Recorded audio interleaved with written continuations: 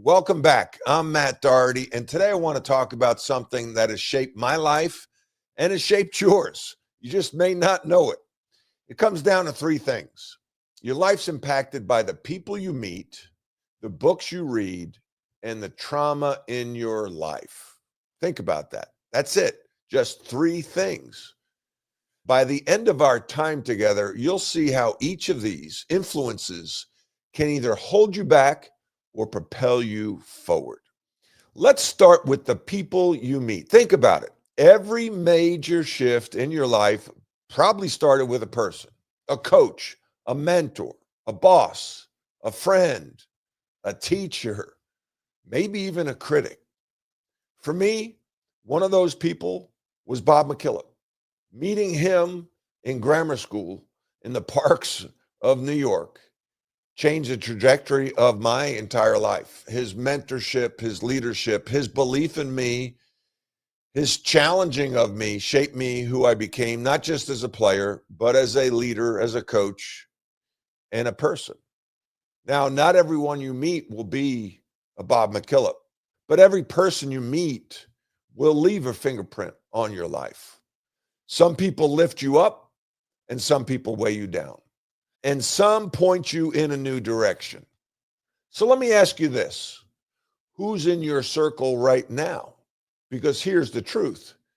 If you want to change your life, you need to change the people you spend the most time with. Here are three practical steps you can take. Number one, audit your circle. Who adds value? Who drains it? Be honest. Number two, seek out members and truth tellers, people who will encourage you and people who will challenge you. And number three, remember this: show me your friends and I'll show you your future. That's the power of the people you meet. The second big influence in your life, the books you read. I believe books are mentors you may never meet in person. The right book at the right time can change everything. Heck, sometimes I've read the same book twice over a period of, 5, 10 years, and it made a bigger impact on me the second time I read it because maybe I was just ready. Let me give you an example.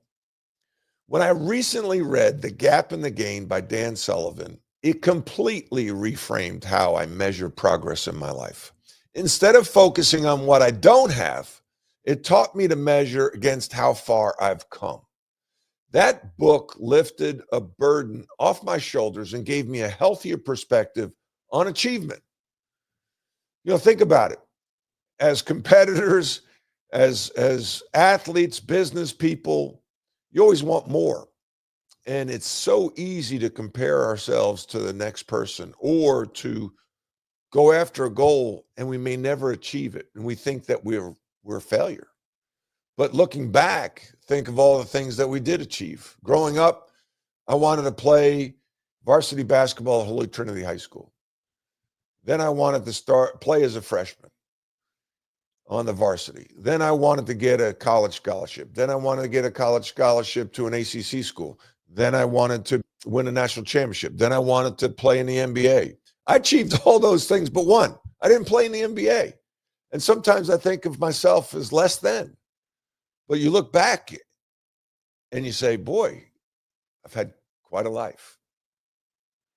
I've also learned from Jim Collins in the book Good to Great, and resilience from authors like Viktor Frankl in The Man's Search for Meaning. Books introduce us to new ideas. They challenge old ways of thinking, and they allow us to learn from the failures and successes of others without paying the full tuition ourselves. So let me ask you, what book's on your nightstand right now? What book is queued up in your car or truck? I love to listen to books. I consume books all the time.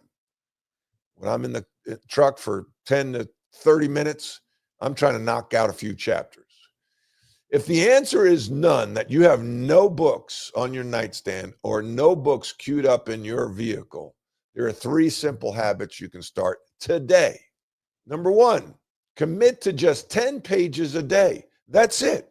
You'll be amazed at what you finish in a year. Number 2, keep a bookshelf of influence, the top 5 books that shaped you. Those are your anchors. Those are the references that you can go back to at any time. Because see, leadership is a practice. Growth is a practice. You have to be intentional about it. Number 3, don't just consume, reflect, write down the lessons, because when you write it down, it sticks. You take notes and then apply them. See, the books you read are shaping you, whether you realize it or not. Now, let's talk about the third thing, most unpleasant thing, the trauma in your life. Now, when I say trauma, I don't just mean tragedy. Trauma simply means disruption. Sometimes it's accidental and sometimes it's intentional. Accidental trauma is when your life blindsides you. You lose a job, you lose a loved one, you face an unexpected failure. These experiences can really shake us. They can really break us down. But if we let them, they can also break us open. I've experienced this firsthand, losing jobs, facing failure, having to pick myself up again and again. But here's the thing. Trauma, as painful as it is, often becomes the soil where our deepest growth happens. Then there's intentional trauma. This is when we actually choose disruption. I love this part. We ask a truth teller for raw feedback, or we put ourselves through a tough 360-degree survey. We step into uncomfortable situations on purpose. It's like coaching basketball. I remember playing for Dean Smith. We had a section in practice, special situations, where we'd simulate being down 10 points with 5 minutes to go, or down 3 points with 30 seconds to go.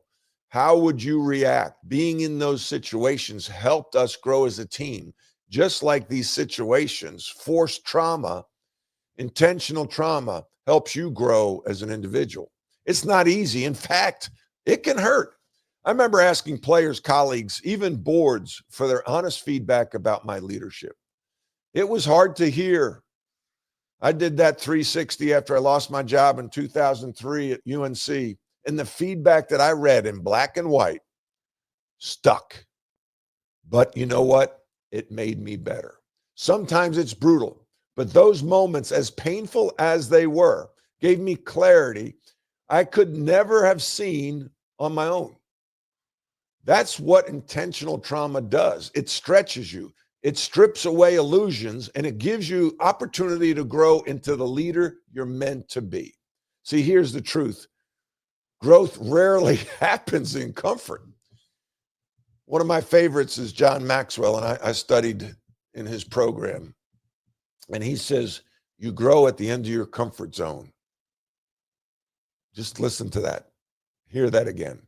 John Maxwell says, you grow at the end of your comfort zone. Sometimes you get uncomfortable by accident, but it can be intentional. And that's where the real growth happens. So ask yourself, are you willing to lean into the trauma, both accidental and intentional, to become stronger, wiser, more resilient, just better? All right, so let's bring it all together. Your life's impacted by 3 things: the people you meet, the books you read, and the trauma in your life. You can't always control the trauma that comes your way, but you can control how you respond. That's the key. You can control who you surround yourself with. You can control what you choose to read and learn from. And you can choose to embrace, not avoid the feedback, the disruption, and the challenges that lead to growth. So here's your call to action. This week, connect with someone who can lift you higher. Pick up a book that will challenge your thinking, and be courageous enough to ask for feedback, even if it stings. Because when you do, you're not just surviving life, you're shaping it. Thanks for joining me. Until next time, remember this: you can't always choose what happens to you, but you can choose what you learn, who you become, and how you rebound.